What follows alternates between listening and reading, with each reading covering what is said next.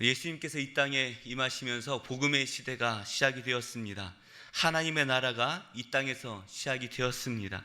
하나님께서 구약에서 수없이 약속하셨던 그 메시아의 시대, 하나님의 나라가 이 땅에 시작이 된 것입니다. 그래서 가장 먼저 쓰여졌던 마가복음 1장 1절은 이렇게 시작을 하는데요, 하나님의 아들 예수 그리스도의 복음의 시작이라, 시작되었다라는 것이에요. 우리는 이미 복음의 시대를 살고 있습니다. 메시아의 시대를 살고 있습니다. 그래서 우리가 복음을 전할 때마다 하는 말이 있잖아요. 예수 믿으면 행복합니다. 예수 믿으면 행복합니다. 이때 우리가 주의해야 될 것이, 예수 믿으면 행복합니다 이렇게 하면 안 되고, 웃으면서 예수 믿으면 정말 행복합니다, 우리가 복음을 전하고 있습니다. 그런데 우리가 정말 예수 믿고 행복하십니까? 교회에 오면 너무나 행복하잖아요. 여기 제가 보니까 마스크 써서 잘 안 보이는데 이 마스크를 뚫고 나오는 그 미소가 느껴집니다. 여기 앉아있으면 너무나 행복해요. 그냥 교회만 오면 너무나 행복한데, 이렇게 좋은데 문제는 밖에 나가면 우리의 마음이 어떻냐라는 것입니다. 8년 전에 송파에서 세 모녀가 스스로 생을 마감했다라는 소식을 듣고 정말 온 국민이 충격에 빠졌고, 우리가 다시는 이런 일이 일어나면 안 되겠다라는 마음을 우리가 다짐을 했던 것 같습니다. 그런데 8년이 지난 얼마 전이죠. 2주 전에 주일날 세 모녀가 또 수원에서 이렇게 생을 마감하는 그런 일이 또 발생을 했어요. 건강의 문제와 또 생활고를 이기지 못하고 결국 생을 마감해야 했습니다. 얼마나 그 마음이 아팠을까요? 얼마나 그 결단을 하고 그것을 시행하기까지 눈물을 많이 흘렸을까요? 너무나 힘이 들었을 것 같습니다. 기억을 하시는 분이 계실지 모르겠습니다. 우리 충정교회 헤세드라는 찬양팀이 있는데, 우리 한 권사님의 남편분을 하간 예배를 드리기 위해서 한 공동미원에 함께 이제 올라가고 있었습니다. 그렇게 차를 타고 올라가다가 또 내려서 걸어가고 있었는데, 그 정상에 가는 길에 큰 천막이 하나 쳐져 있더라고요. 도대체 누구 이렇게 예배를 드리기에 누구의 장례이길래 이렇게 크게 천막을 쳐놨을까라고 봤더니 장례를 치른 것 같지는 않고 추도식을 이렇게 치렀던 것 같아요. 이름만 들어도 전 국민 누구나 알 수 있는 한 여인의 추도식을 거기서 이제 아마 이렇게 했던 것 같아요. 우리나라에서 가장 잘생긴 남자 배우 하면 뭐 옛날부터 그냥 장동건 씨 이렇게 하지 않았습니까? 제가 좀 S세대라서 그렇습니다. 이해해 주시기 바랍니다. 장동건, 그 시대에 몇 년 동안 아주 오래 한 10년 이상이었던 것 같아요. 가장 예쁜 연예인 하면 이 자매의 이름이 항상 거론됐어요.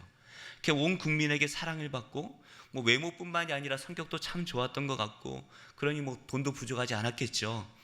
너무나 예쁜 아들과 딸도 결혼해서 얻었습니다. 그런데도 사는 것이 아주 힘들었던 것 같아요. 40세의 꽃다운 나이에 스스로 생을 마감해야만 했습니다. 그런데 저는 뭐 연예인에 별로 관심이 없어서 그냥 지나갔던 것 같아요. 그런데 제가 추모공원에서 제가 그 이름을 딱 보면서 깜짝 놀랐던 것이, 그 자매가 기독교인이었다는 거예요. 잊혀지지가 않습니다. 교회를 다녔고 예수를 믿었습니다. 어쩌면 이 삶이 너무나 힘이 들어서 내가 예수를 붙들어야 살겠다, 그래서 예수님을 믿었을까요? 아마도 간절히, 누구보다도 간절하게 예수님을 붙들고 기도했을 것 같습니다. 간절히 기도를 드리기도 했을 거예요, 분명히. 그런데도 이 고난을 견디기에는 너무나 세상이 힘들었다라는 것이죠. 분명히 예수님께서 우리에게 말씀하셨습니다. 주 예수를 믿으라, 그리하면 너와 내 집이 구원을 받으리라. 이 약속은 사라지지 않습니다. 우리가 예수님을 믿고 영접하기만 하면 우리는 그 즉시 하나님 나라의 백성이 될 줄로 믿습니다.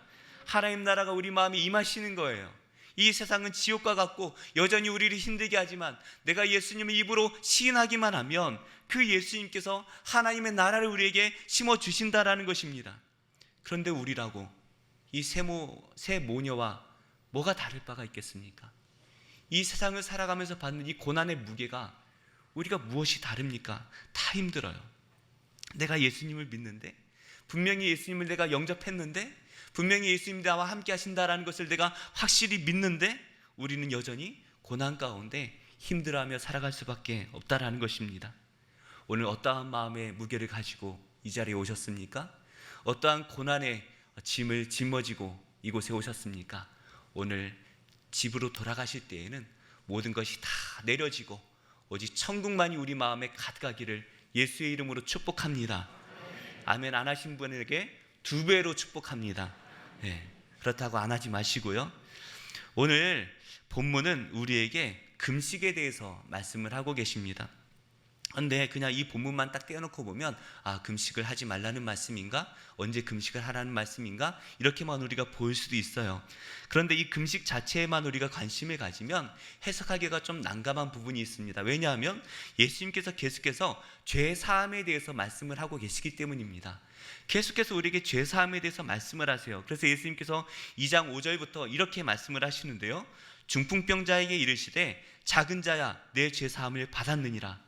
그러나 인자가 땅에서 죄를 사하는 권세가 있는 줄을 너희로 알게 하려 하노라.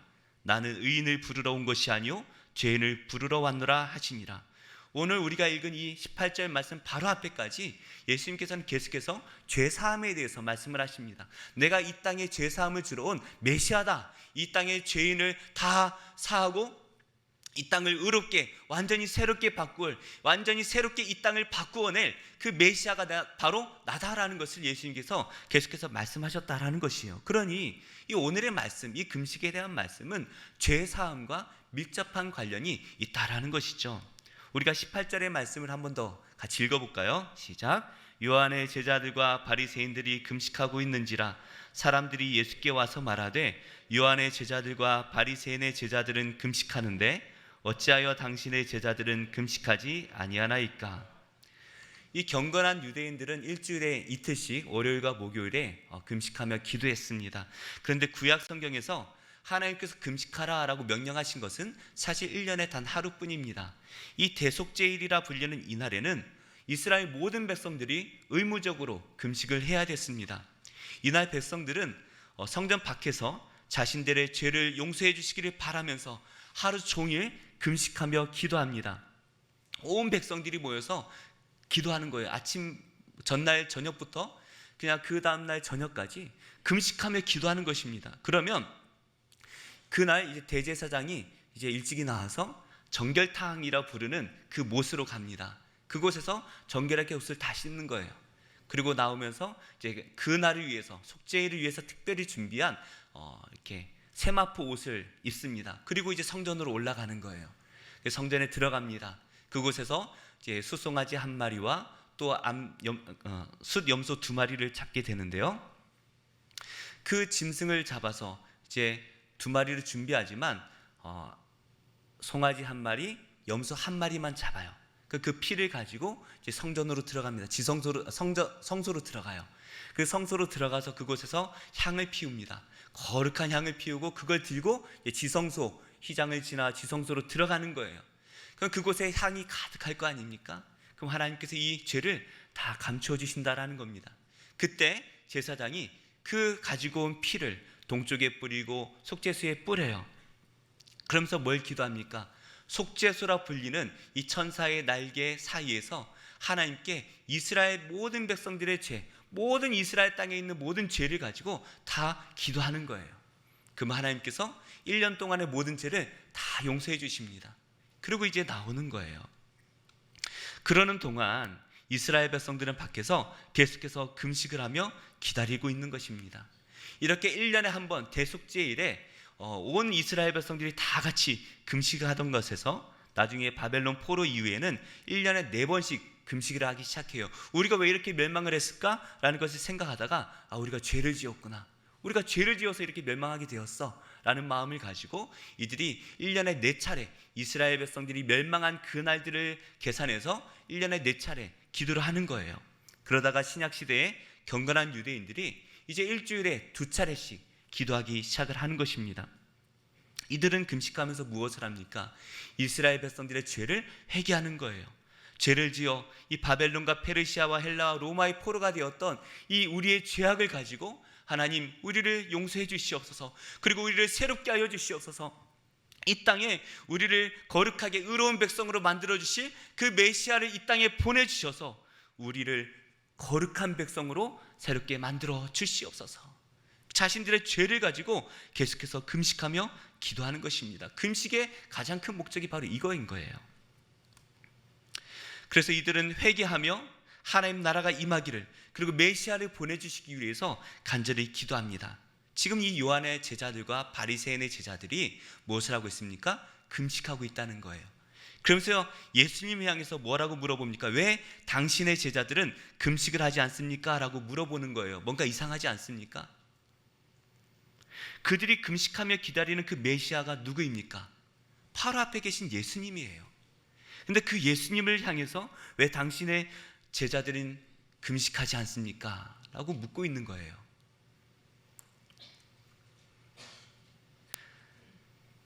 하나님 나라를 이 땅에 이루실 그 메시아를 눈앞에 두고 있습니다. 바로 눈앞에 두고 있어요. 그분께 말하면서 왜 금식하지 않습니까? 그 예수님이 이 땅에 오셨는데 그 예수님을 눈앞에 두고서도 그들은 금식하며 메시아를 기다리고 있다라는 것이에요. 이것이 어떤 일과 같은지 설명하기 위해서 예수님께서는 혼인집에서 금식하는 이야기를 말씀하고 있습니다. 이상하죠? 혼인집에서 왜 갑자기 금식을 할까요? 우리 결혼식장 가면 가장 먼저 기대하는 게 뭡니까? 여기 뷔페가 어떤가 기대하잖아요. 신부 관심 없어요. 신랑 관심 없어요. 그죠? 그냥 밥이 어떻게 잘 나오는가, 거기 밥 잘 나오는 데네 하고 기대하고 가요. 저만 그런가요? 네. 개척교회 목사라 그래요. 이해해 주시기 바랍니다. 네. 네.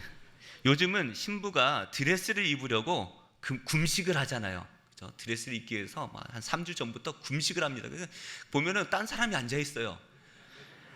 근데 아마 그런 의미로 금식을 하는 건 아닐 겁니다. 유대인들에게 이 결혼식이라는 것은 대속죄일과 똑같은 의미를 가지고 있습니다. 그러니까 유대인들은 이 결혼식 때 신랑과 신부의 모든 죄가 용서를 받는다라고 믿었습니다. 그래서 이 유대인들은 그때에도 지금까지도 결혼식 전날 대속죄일에 입는 이 정결한 옷을 입고 금식하면서 자신들의 죄를 용서해 주시기를 위해서 기도했어요. 하나님, 제가 지금까지는 제 마음대로 죄인으로 살아왔지만 이제 결혼하면 하나님의 의로운 백성으로 하나님의 의로운 가정을 이루고 살아가겠습니다 라는 이 대속죄일이 이 결혼식 날 또 한 번 이루어지는 거예요.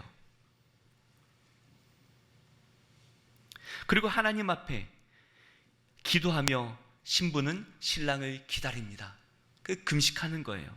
하지만 기다리던 신랑이 오면 더 이상 금식할 필요가 없습니다. 신랑이 오면 끝난 거예요. 이제는 죄의 용서를 구하는 것이 아니라 신랑과 함께 거룩한 새로운 삶을 살아가기만 하면 되는 것입니다. 신부가 금식을 하며 이 신랑을 기다리듯이 유대인들이 일주일에 2번씩 금식하면서 자신들을 구원하실 메시아를 기다려왔다는 거예요. 우리 성경에 혼인집 손님들이라고 번역이 되어 있는데 이건 좀 잘못된 번역 같습니다. 정확하게 번역을 하면 신혼방의 아들들입니다. 그러니까 메시아를 기다리며 금식하는 이 하나님의 백성들이에요. 그런데 신랑이신 예수님이 이미 오셨고 눈앞에 계신 거예요. 눈앞에 계세요. 그 예수님이 눈앞에 계신데도 그들은 메시아를 기다리며 금식하고 있다라는 것입니다. 우리의 죄의 문제를 해결해 주시기 위해서 메시아가 오셨습니다. 그리고 예수님께서 계속해서 우리 죄의 문제를 해결해 주고 계십니다. 작은 자야 내 죄 사함을 받았느니라. 인자가 땅에서 죄 사는 권세가 있는 줄을 너희로 알게 하려 하노라. 나는 의인을 부르러 온 것이 아니요 죄인을 부르러 왔노라. 그런데 우리는 아직도 우리를 구원해 주실 메시아를 기다리며 금식하고 기다리고 있지는 않습니까? 매일 주일마다 예배 드리면서 매일 말씀을 통해 예수 그리스도에 대한 놀라운 말씀을 보고 들으면서도 매 주일마다 이 자리에서 그 감격을 느끼면서도 그러나 밖으로 돌아가면 내 눈앞에 계신, 내 마음에 계신 그 예수 그리스도를 바라보지 못하는 것이 우리의 모습 아닙니까? 이미 우리의 죄를 용서해 주신 메시아께서 이 땅에 오셨다는 거예요.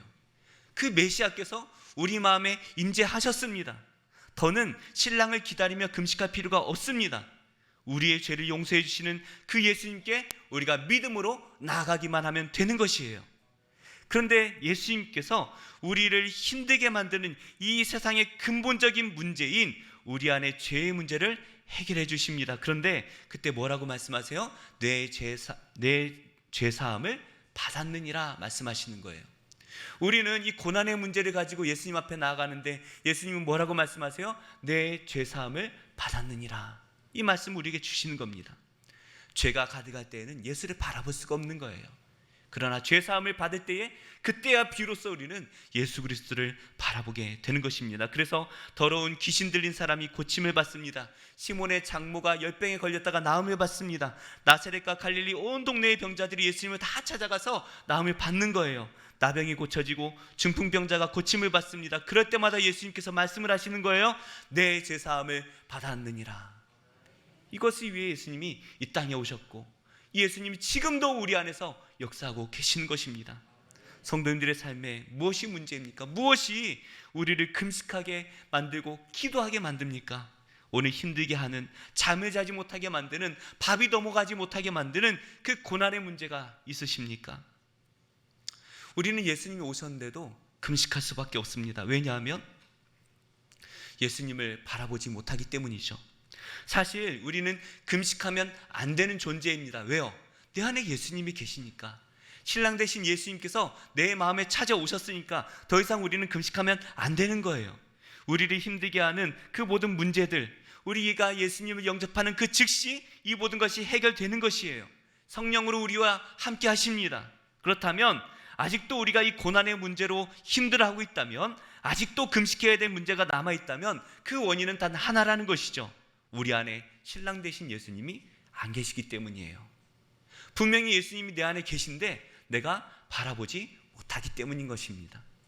신랑 되신 예수님이 내 안에 계신데도 내 눈앞에 바로 바라보고 있으면서도 금식할 수밖에 없는 이 요한의 제자들과 바리새인들이 우리일 수 있다라는 것입니다.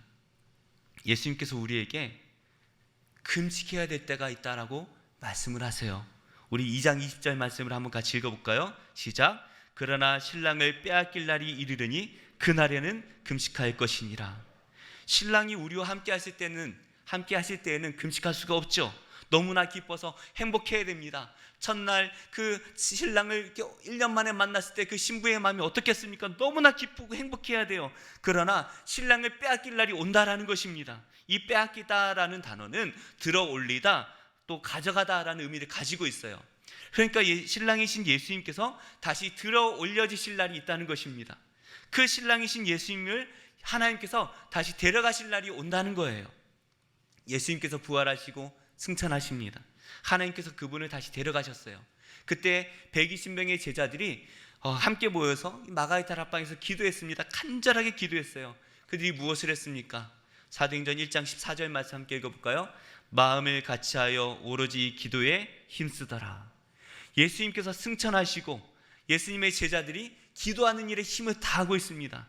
금식하며 기도하고 있었을까요? 그러지 않았을까 싶습니다. 그런데 오순절이 되니까 예수님께서 약속하신 성령이 임하셨고 예수님께서 그때부터 성령으로 우리와 함께 하시는 줄로 믿으시기 바랍니다.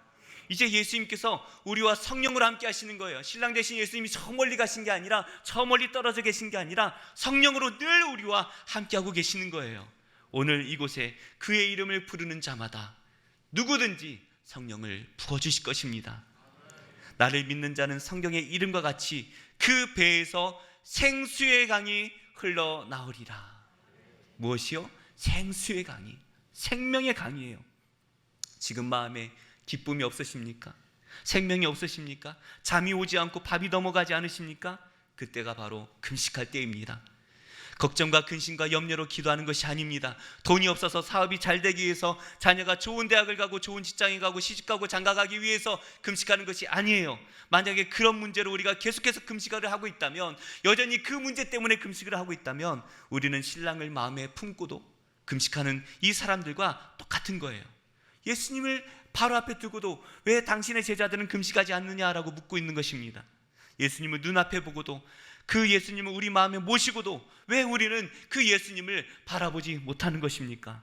마가복음 4장 18절 19절 또 어떤 이는 가시떨기에 뿌려진 자니 이들은 말씀을 듣기는 하되 세상의 염려와 재물의 유혹과 기타 욕심이 들어와 말씀을 막아 결실하지 못하게 되는 자요. 우리가 분명히 예수님을 믿습니다. 예수님이 우리와 분명히 함께 하십니다. 그런데 예수님을 눈앞에 보고도 바라보지 못해요. 왜요? 우리 안에 세상의 염려와 재물의 유혹과 기타 욕심 때문입니다. 사탄은 우리가 금식하는 그 문제들로 우리의 눈을 완전히 가려버린 거예요. 분명히 내 안에 예수님이 계신데, 내 눈앞에 예수님이 계신데 내 눈을 이 세상의 염려와 재물의 유혹과 욕심 때문에 가려버리는 거예요. 그래서 정작 우리가 바라봐야 할 그 예수님을 우리 마음에서 다 빼앗아가는 것입니다. 예수님을 바라봐야 되는데 예수님이 보이지 않고 자꾸 세상의 문제와 걱정들만 보이는 거예요. 우리는 이 가시떨기와 같은 마음의 밭을 어떻게 해야 됩니까? 금식하며 갈아엎어야 되는 거예요. 금식하며 예수님을 마음에 모시고 살아가는 그 좋은 땅이 되기 위해서, 생수의 강이 우리 안에 차고 넘쳐 흘러 넘치기를 위해서 우리의 마음의 밭을 계속해서 어떻게 해요? 갈아엎어야 하는 것입니다. 어떤 고난의 문제가 여러분들의 눈을 지금 가리고 있습니까? 무엇이 우리로 예수를 바라보지 못하고 막고 있습니까? 죽기를 구하며 주님이 보이지가 않습니다.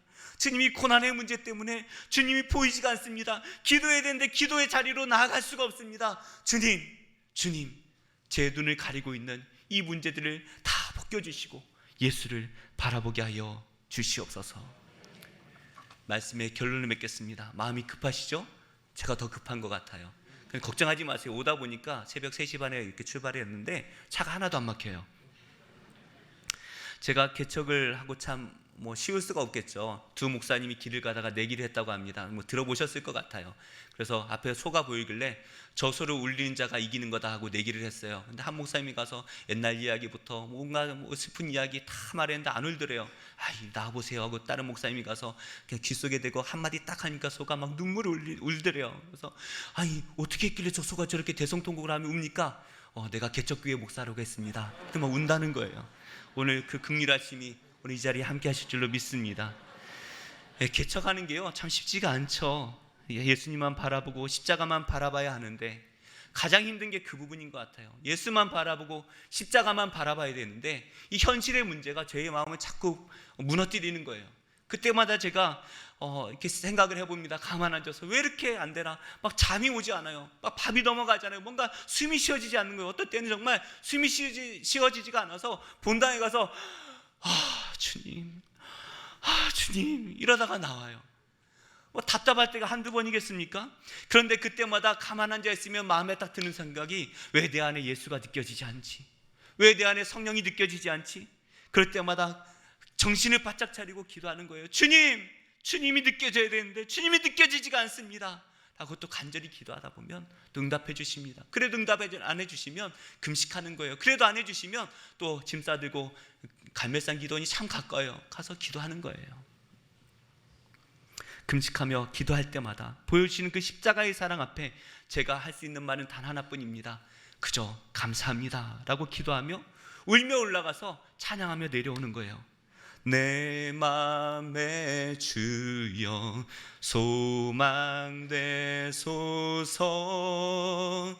주 없이 모든 이 헛되어라. 밤이나 낮이나 주님 생각, 잘 때나 깰 때 함께 하소서. 내가 부를 때에는 나 여호와가 응답하겠고 내가 부르짖을 때에는 내가 여기 있다 하리라. 오늘 어떤 문제가 여러분들이 예수 그리스도를 바라보지 못하게 막고 있습니까? 오늘 예수를 만나시기 바랍니다.